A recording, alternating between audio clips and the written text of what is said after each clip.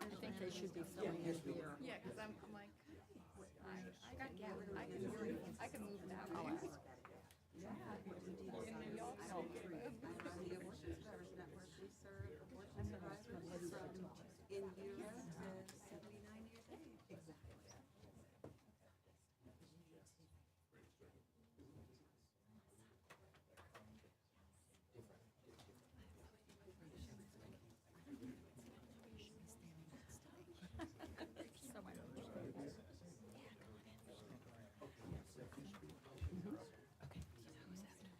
Josiah will be ready.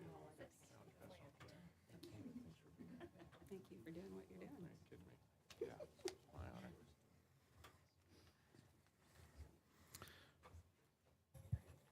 Well, good afternoon, everybody. Thanks for being here, and thanks for being a part of this conversation. Disappointing day on the floor of the Senate yesterday. We were looking for a moment of just common sense, quite frankly, to say if there are any areas that we can agree on, it should be that we can agree that when a child is breathing and crying on a table in a surgical area, somebody should pay attention to that child. That's all it was. The Born Alive Act is very simple. If there's a botched abortion, if there's clearly a mistake made in abortion, and instead of the life of the child being taken, the child's actually delivered, the question is, now what? I find very few people that would say abortion's okay after delivery. So in this common ground area, we say this is common sense. If I can say it just this simply, we think most often about a mistake made by a doctor takes the life of an individual. This is a mistake made by the doctor that actually saves the life of an individual. And so the question is, now what? It's been interesting yesterday on the debate on the floor, and then the day before, even as Democrats came out to be able to say this is unnecessary when we know that this occurs by the hundreds.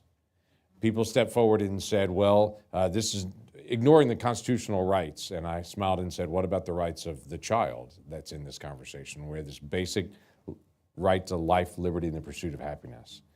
I had folks that came in and said, well, what about a child that's fatal, or a child that has abnormalities that's then delivered on this? And I think, okay, the same physician's going to still take care and be able to make decisions there. Nothing removes the ability of a physician to be able to make decisions caring for that child or for that mom. It's the most basic item of compassion that I can possibly imagine. So we want to be able to talk about it a little bit today and say the fight's still going to continue, because there are real people that are in this mix. And I thought it'd be helpful today if you got a chance to be able to meet some real people that are in this mix.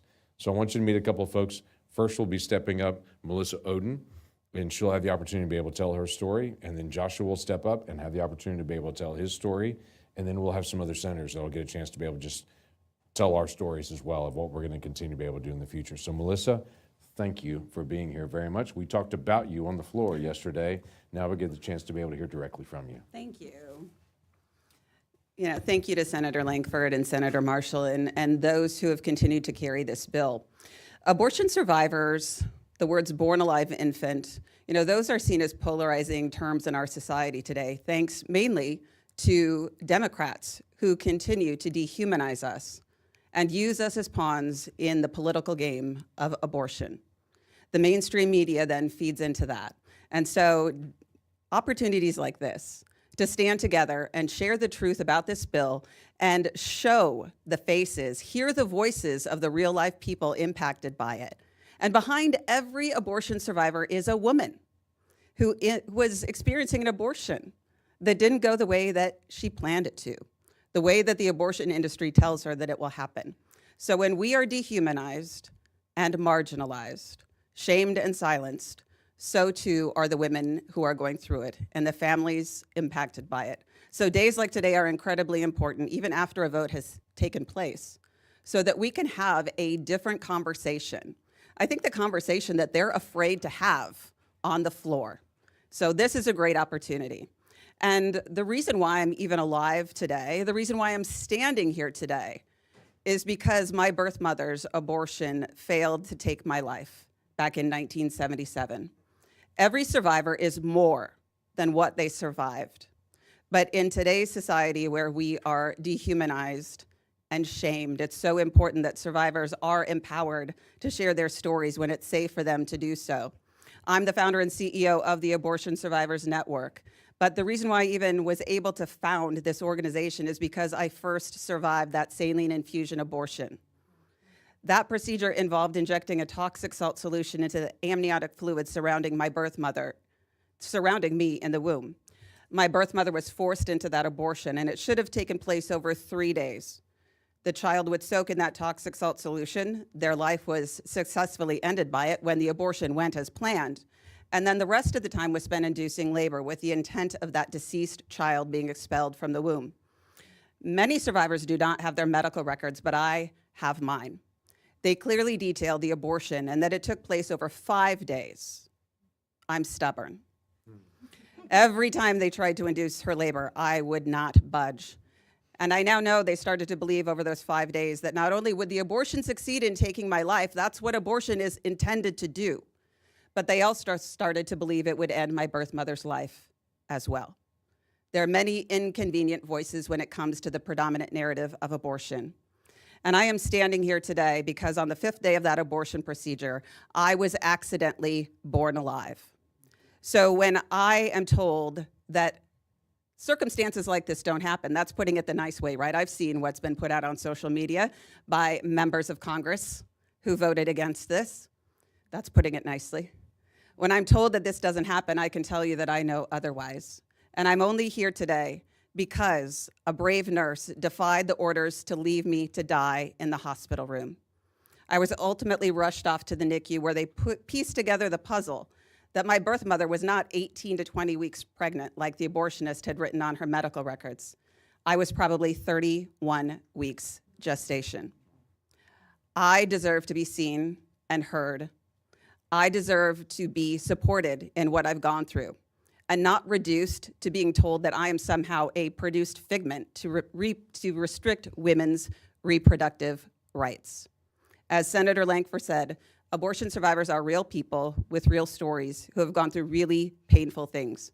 And I am hoping we are entering into this golden age in our nation where survivors are protected and supported, their mothers are supported long after the pregnancy, and we can have respectful conversations that support both survivors and mothers. Thank you so much for being here. This is Josiah Presley. Yeah. Good afternoon. So my story, my birth mother in South Korea with me, 2 months into her pregnancy with me, she decided to have a DNC abortion. Now, this is a type of abortion where the doctor goes into the mother's womb and rips the baby apart and brings them out in pieces. At the time, they thought it had gone exactly how it was supposed to. They thought everything had gone according to plan, and so they sent her home. But it wasn't until a few months later that she realized that the abortion had actually failed, and I was still very much so alive. At this point, I was kept, and I was born later on October 7th, 1995. I was placed with a foster home in South Korea for 13 months before I was adopted and brought over to the States to be raised in the Presley family. And now I'm an abortion survivor. And here's the thing with this act. I love this act, this Born Alive Act, but it would not have protected me. Not the situation I was in, not the decision my mother made. I would have still been just as vulnerable then. But the reason I was so glad to hear of this act, and I'm so thankful for this act, was it's an opportunity to see and value a vulnerable people. It's an opportunity for us to look at the most vulnerable in our society, even though it's a small portion of this population, and to say, we see you, we value you, we care for you. And with the decisions we've seen just yesterday on this act, I think we should be reminded of this truth. The goodness, the quality, the goodness of a society, it's not based on how we treat the most powerful. The goodness of a society is based on how we treat the most vulnerable. And yesterday, decisions were made to leave the most vulnerable out. Yesterday, decisions were made to ignore and abandon the most vulnerable. A child left on the table to die in a very place that has all the resources to give them a chance for life. And thinking about what has transpired over these last couple of days, I would urge every American, I think we should consider this question. Does this truly represent how we believe we should treat the most vulnerable in our country? Does this decision truly reflect how we should take care of those who cannot take care of themselves in our world? And my challenge to every American would be to follow the examples of people like Senator Lankford and all the others who in the very first place have gone out of their way to bring legislation like the Born Alive Abortion Survivors Act. When they didn't have to, when there's no reason they'd be forced to, they decided to go out of their way to care for the vulnerable peoples in our society. And I think we should follow that example and ask ourselves, how too might I love the most vulnerable in my world? How too might I love my neighbor? And let's see us build a better society. Thank you. We have several senators here that are also going to speak because they're passionate about this issue as well. The first one up on that is going to be Senator Mark Wayne Mullin, who's my friend and fellow Oklahoman as well. So, Mark Wayne, come on. Thank you, and thank you to everyone that's here. It's touching, and I actually feel like I shouldn't even be at the mic, James, which I appreciate you putting this together. I was asked to kind of share our story, my wife and I's story on why we're so, pro-life. Because it's more than just a passion. It's more than just legislation. It's more than just action for us. My wife and I, we got married when we were 19 and 18. We were high school sweethearts, elementary sweethearts. She just knew she couldn't do any better once she got me. And but for 7 years, we tried to have kids. And 7 years into it, we finally got pregnant for the first time. And we found out on a Christmas morning, so exciting. It was a quick Christmas morning and of 2001.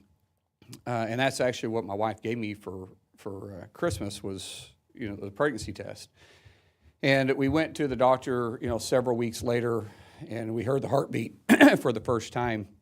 And how excited I was, and how excited I was that we started picking out names. And as the pregnancy progressed, there's more information come out, and we was getting very excited at this point. And then, unfortunately, in one of the later doctor's appointment, the heartbeat was gone, and that was a death to us, right? So it no longer was just a fetus. It wasn't just this thing. That was a death. That was a death of a child that my wife and I had been praying about and been seeking for years. And the worst part is that it affected me, but it affected my wife even more because her body had went through the changes along the way. And that was hard for me to understand. Guys can be a little stubborn when it comes to that. I know you guys might find that hard to believe, but I've even more so. Fortunately for us, it was 9 months later, almost exactly 9 months later, that we got pregnant with our first biological son. After that, we went on and had 3 more biological kids, and now today we're a proud parent of 6 kids. And as I say, we have 3 that came natural and 3 we chose. So which ones do you think we love the most? The ones we got stuck with, or the ones that we got to pick? But we have 2 beautiful twin girls that are 14 years old now, and then we got a wonderful guy that wrestles at Oklahoma State, and he's 21. And both of them came in our lives, or all 3 came in our lives at different stages. For the girls, they came into our life at 2 years old. Jace came into our life much later. And there isn't a day that goes by that I don't think that their birth mother made such a brave decision to give Christy and I an opportunity to be loved by them. And I know people say, well, no, you're loving them. And people always come up to us all the time and say, hey, you know, I bet you're just such a blessing to them. No, they're a blessing to us every single day. Every single day my heart grows because I have 6 kids. But if we're going to be pro-life, then we also got to be pro-adoption. Because if we want the mother to go through the process, then we've got to make sure that child lands in a loving family along the way. And if you think, well, I don't have the resources or the capability, I promise you do. If you were concerned like I was with my wife, who talked to me for months trying to get me to agree to adopt our twins, and I would say, babe, you know, we'll write a check. We'll support them financially. That's easy. And she said, babe, would you just pray about it? And like, how do you pray about that? Hey, Lord, make my wife or my heart as selfish as it can be and my wife's heart to join it? Or do I pray that the Lord enlarges my heart and allows me to accept it? And I think all of us that are pro-life have a responsibility to all the born children along the way. If we're going to save their life, let's give them a place to go. So thank you for you guys being here. Thank you for speaking out. And James, thank you for fighting for all the unborn. Thanks, Mark. Yeah. Thank you. Senator Marshall Blackburn is a passionate advocate for life on it. We're very glad that you're here today. Come join us. Thank you. I am so pleased to join you all today. As you can tell, I don't have much voice left. But James, thank you for your leadership on this, and Senator Jim Banks, who joined him in pushing the Born Alive Survivors Act. This is something that it is just incomprehensible to me that we have colleagues who would vote no. Think about that. They voted no on providing that care to babies that survive that botched abortion. And we have states in this country that still allow late-term abortion. And we know that in that there are those children that are survivors.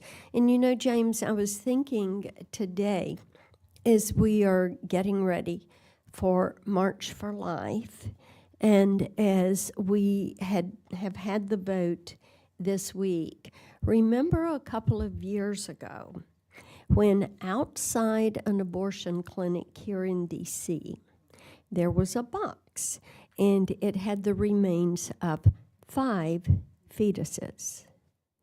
And each and every one of those precious souls. So we think about that as we have gone through this week. Melissa, Josiah, each of you that are here, thank you for being here to share your stories and for helping to make the public and our colleagues aware of what truly has happened with survivors of abortion and with the lack of care that is mandated to be given to these babies. So thank you for your leadership on the issue. Thanks, Marcia. I'm going to ask Roger Marshall to be able to step up. I'm going to make a comment at the end as well. But Roger, coming up, just reminded me when Marcia said that Jim Banks was co-leading this effort with me on the floor, and some folks wondered why Jim wasn't actually speaking on the floor with me. He's a brand new freshman, and for those of you who know Senate procedures, the freshmen have to wait a while. As we jokingly say, they're to be seen, not heard for a season there. And so he has not done his maiden speech yet, and he's in literally his very first week. But he was very, very passionate about this, and we're very grateful that Jim was on board through the co-sponsoring and the leadership on this. Roger, thanks for all your leadership. Thank you, James. Well, as Senator Lankford started introducing the topic, it made me think of something, and that's what Senator Lankford often does. He typically inspires me and challenges me. But he made a really interesting comment about, can you imagine being in a room, whatever room, and there's a newborn baby and someone not rendering care?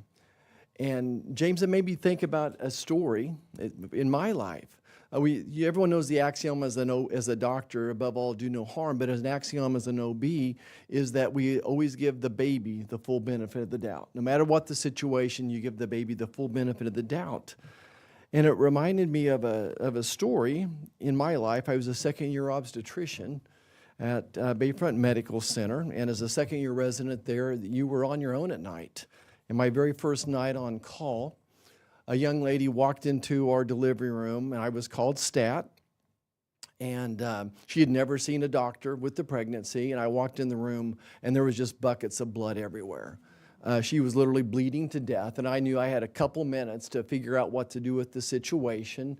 She was really a small, petite. I put my hands on her, measured the fundal height, and it probably came out at 26 weeks.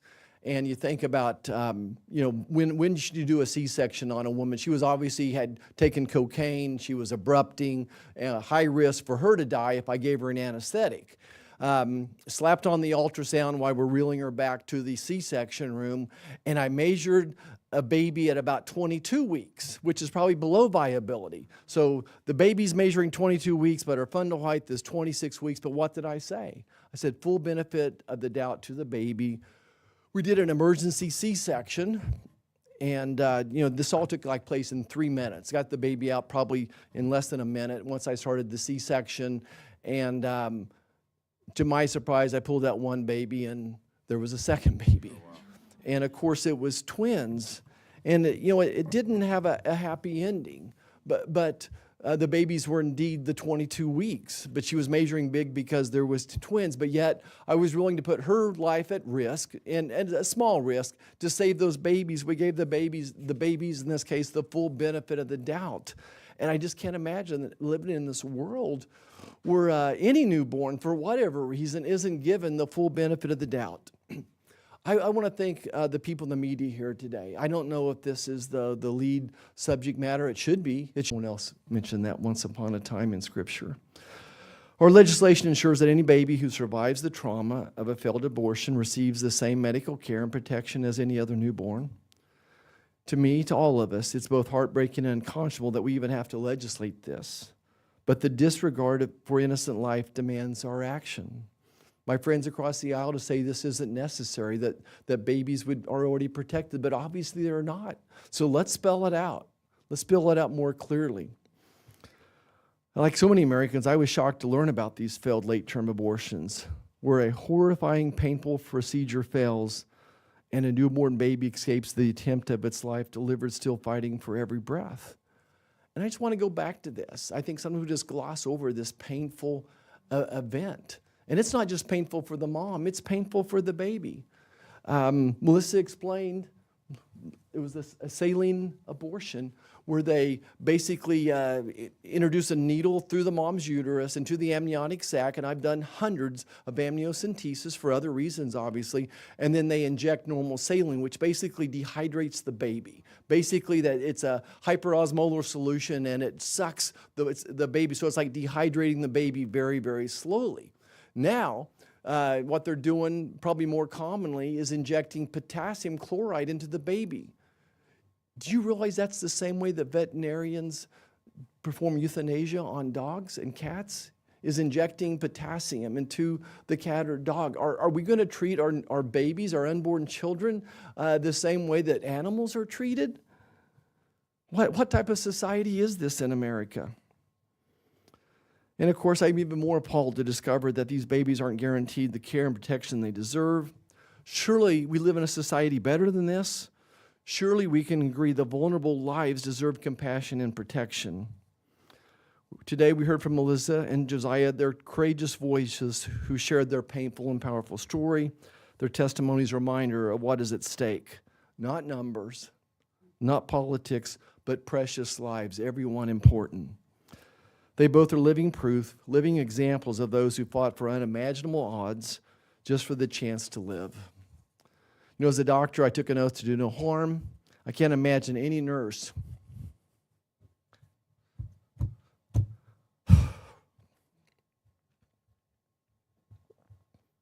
or doctor turning their back on a patient in need, let alone a newborn baby struggling for life.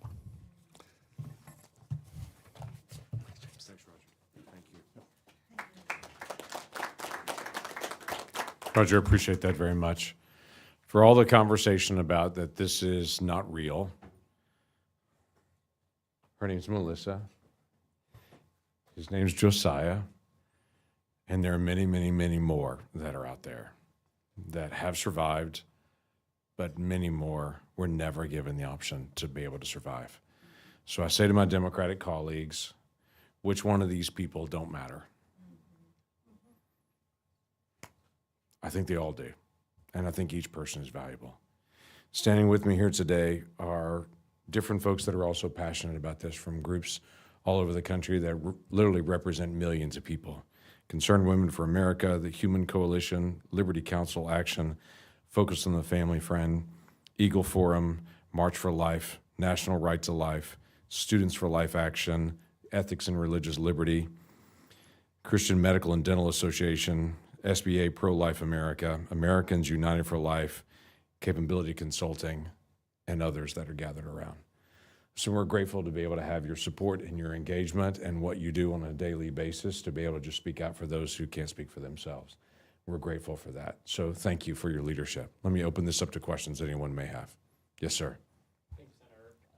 On the campaign trail, President Trump was very insistent that abortion be left up to the states. Right. More broadly, what do you see as the pro-life agenda in this government majority that Republicans have in light of that campaign? So it's very interesting to me. Senator Schumer stepped forward yesterday and said, look, 1 week in, they're already doing abortion laws. I was like, actually, this is not about abortion. This is now about a fully delivered child. So this bill literally is not an abortion. This is a delivery child. What are we going to do in this situation? Obviously, the administration has not spoken out yet what they're going to do, but I do know what the first Trump administration did in HHS to be able to make sure that we are not engaging in promoting abortion. And I know what the Biden administration did, even in my own state. In my state, funds were cut off for AIDS testing and for breast cancer screening for those in poverty in my state because my state would not publish a 1-800 number to tell women in my state where to get an abortion. So they cut off AIDS testing and breast cancer screening into my state. I would hope that they would reverse that and would say, we're not going to try to hurt other people in need because our state won't promote abortion. So we'll see in the days ahead. The Trump administration has not made that clear, but I would expect those two things would be immediate to say we're not going to try to promote abortion as a federal government, but neither are we going to try to use taxpayer dollars to be able to fund it as well. Thanks. Yes, ma'am.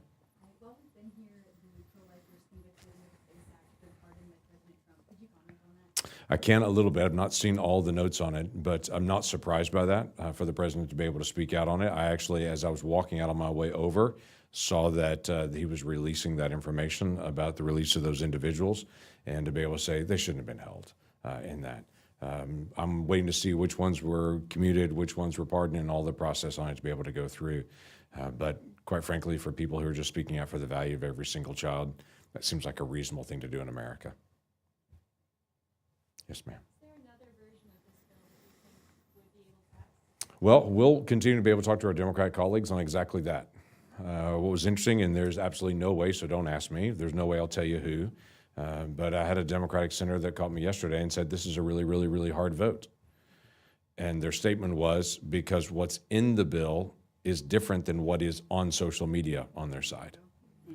Because what's being reported on social media, what's in the bill, is not actually what's in the bill. And so they're not fighting the text of the bill, they're fighting on what people are saying the text of the bill is. So that's hard to fight at that point. For folks that are so radical and so extreme and so out there, they literally want to make sure that an abortion is completely carried out, even if the child is fully delivered. That's not a spot where most Americans are. It's just not. So we'll continue to be able to work through both articulating what's in the bill, but I'm glad to be able to talk to anyone that wants to be able to say, if we work on this language, to be able to make sure we're actually protecting children in the process. Yeah. Yes, sir. Thank you very much, Senator. While you've been speaking to the House passed the Border Life Survivors Act, Yeah. But in the Senate, clearly it's not going to get unanimous consent or probably 60 votes with Democratic support. Right. What are the next steps for abortion and pro-life advocacy here in the Senate, and how are you going to advance? Next step's currently under process. We're going to have a press conference to talk about it. And we're going to continue to say, we're not going to stop talking about life. There is a push among some to say, this is a settled issue, Dobbs is out there, this is all going to be in states, we don't need to talk about this anymore. I think that actually we need to talk about it more, not less, because now we're in a national conversation, literally around the entire country, that every single state and every single community gets to be able to make decisions on this. So let's talk about it more. And I always start with a simple question. There are 3 people that are involved in every abortion: a mom, a dad, and a child.